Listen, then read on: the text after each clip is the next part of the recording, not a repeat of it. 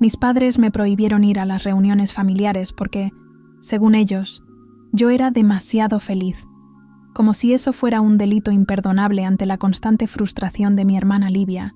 a quien siempre trataron como si fuera de cristal, una pieza rara que todos debían admirar y cuidar, aunque estuviera hecha pedazos y hiriera a quien se le acercara, y todo eso solo porque ella, una vez más, había elegido un novio que no estaba a la altura de las expectativas que ella misma había creado, porque Livia no se enamora de las personas, se enamora de ideas, de planes, de castillos imaginarios, donde ella siempre es la reina, y el resto del mundo existe solo para servirla, incluidos sus padres, sus amigos, sus amores, y sobre todo, yo, la hermana menor que creció aprendiendo que sonreír demasiado podía ser un problema si eso significaba que Livia se sentía eclipsada. Y eso fue exactamente lo que me dijeron cuando me comprometí con Caio, el hombre que me pidió matrimonio una tarde cualquiera, en una pequeña cafetería, de la manera más sincera que alguien podría desear, sin prisas, sin espectáculo, solo con el corazón lleno. Y yo acepté con verdadera alegría, pero esa alegría se convirtió en motivo de conflicto, porque bastó una foto del anillo en el grupo familiar para que Livia se enfadara, diciendo que me casaba solo para provocar, solo para competir, y como si yo viviera orbitando a su alrededor, como si tuviera que pedir permiso para ser feliz, como si estuviera mal querer algo que ella no consiguió primero, y peor aún, si ese algo fuera genuino, estable, lleno de cariño, todo lo que ella nunca consiguió porque vive en función de las apariencias, porque fuerza las situaciones, porque se desespera por la validación y por eso asusta a cualquier persona sensata que se le acerque, y nuestros padres, como siempre, se pusieron de su parte, diciendo que yo debía comprender que ella estaba pasando por un momento difícil, a como si su vida fuera un campo minado donde nadie puede pisar por miedo a una explosión emocional, como si mi compromiso fuera un atentado personal contra su estabilidad. Y cuando me negué a callarme, cuando seguí feliz, cuando publiqué una foto con Caio sonriendo, mi madre me llamó y me dijo: «Quizás sea mejor que no vengas a comer el domingo, solo por un tiempo, hasta que tu hermana se sienta mejor». Y me reí,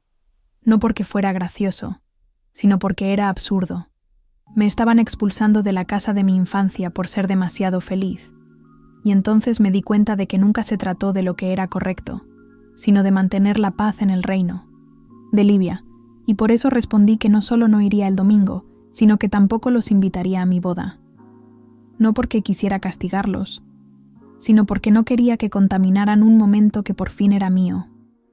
Un momento limpio, ligero, en el que no tenía que andar con pies de plomo. Y cuando lo anuncié, se desató el caos. Mi madre me acusó de ser cruel, de romper el corazón de la familia. Mi padre dijo que estaba siendo desagradecida, que les debía más respeto, que estaba exagerando todo, e incluso tuvo el descaro de decir que tal vez mi compromiso era precipitado, que Caio podía estar engañándome, porque no era posible que alguien me amara de verdad y quisiera casarse tan rápido. Y en ese momento supe que no se trataba solo de Livia, sino también del hecho de que me había convertido en algo que ellos no esperaban, alguien auténtica, firme,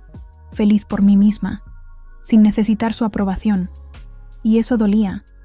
porque por mucho que me hubiera acostumbrado a no ser la favorita, aún así esperaba algún reconocimiento, alguna celebración sincera, pero en lugar de eso me decían que esperara, que fuera más madura, que dejara mi alegría a un lado en nombre de la armonía,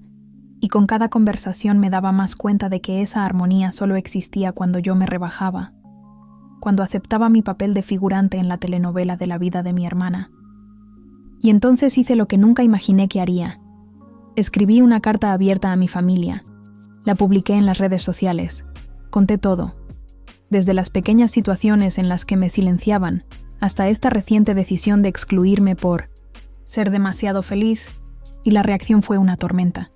Mi teléfono no paraba de sonar, tíos, primos, amigos de la familia, todos conmocionados, preguntando si era verdad, ofreciendo apoyo, diciendo que sabían que había algo raro, que siempre habían visto el favoritismo, que ya se habían dado cuenta de cómo me trataban, y por mucho que esperaba críticas, lo que recibí fue apoyo, y eso enfureció aún más a Livia, que apareció en mi casa al día siguiente, sin avisar, con las llaves que aún tenía, y entró gritando que había destruido su imagen, que ahora todos la veían como una mimada desequilibrada, que debía retractarme, visitar a todos los parientes y pedirles perdón, porque según ella, yo me lo había inventado todo, como si no hubiera pasado toda la vida viviendo exactamente eso, como si fuera invención mía haber sido dejada de lado tantas veces, como cuando a los 12 años cancelaron mi fiesta porque ella había sacado mala nota en un examen y necesitaba atención, o cuando a los 17 años me aprobaron en la universidad y nadie lo celebró porque ella había roto con otro novio, o cuando, ya adulta, me ascendieron en el trabajo y mis padres no dijeron ni una palabra porque estaban ocupados ayudando a Livia a mudarse tras otra ruptura desastrosa. Pero esta vez no cedí.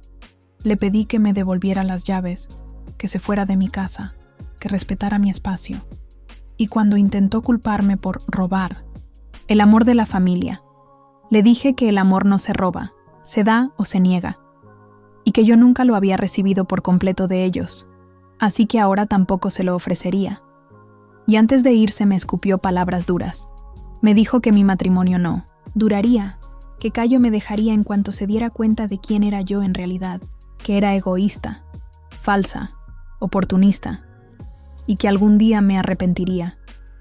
Pero, al contrario de lo que ella esperaba, no lloré, no me derrumbé, porque por fin entendí que nada de lo que decía era sobre mí. Todo era sobre ella, sobre su insaciable necesidad de ser el centro, y cuando cerró la puerta de un portazo, supe que no habría vuelta atrás, que esa escena era el final de un ciclo, y para sellar ese final, cambié las cerraduras, bloqueé todos los contactos y volví a sonreír, sin culpa. Y llegó la boda, preciosa, ligera, sin la presencia de quien quería eclipsarme, e incluso sin los padres de la novia. Fue perfecta, porque fue verdadera, fue con personas que me quieren. Y después, cuando mis padres se enteraron por las fotos que circularon, me enviaron un correo electrónico furioso, diciendo que me había excluido de la familia, que había faltado al respeto a las tradiciones, que les había roto el corazón y que, además, había pedido a los demás que no les informaran del evento. Y yo, manteniendo la calma, respondí con ironía: «Queridos, no os invité por consideración. Pensé que estarían cumpliendo la cuarentena emocional que ustedes mismos se impusieron, esa en la que no podían estar donde había alegría, porque eso interfería con el duelo eterno por la decepción de la princesa de cristal». Y terminé diciendo que tal vez ahora era el momento de que miraran todo lo que habían hecho y se dieran cuenta de que el amor no es proteger a un hijo del mundo a costa del otro, sino tratarlos con justicia. Y si eso les dolía, era porque por fin estaban sintiendo en carne propia lo que yo siempre sentí. Y desde entonces no he tenido más contacto, y sigo en paz, porque más vale una familia pequeña, pero sincera, que un teatro donde solo un personaje tiene derecho al escenario y los demás están obligados a aplaudir.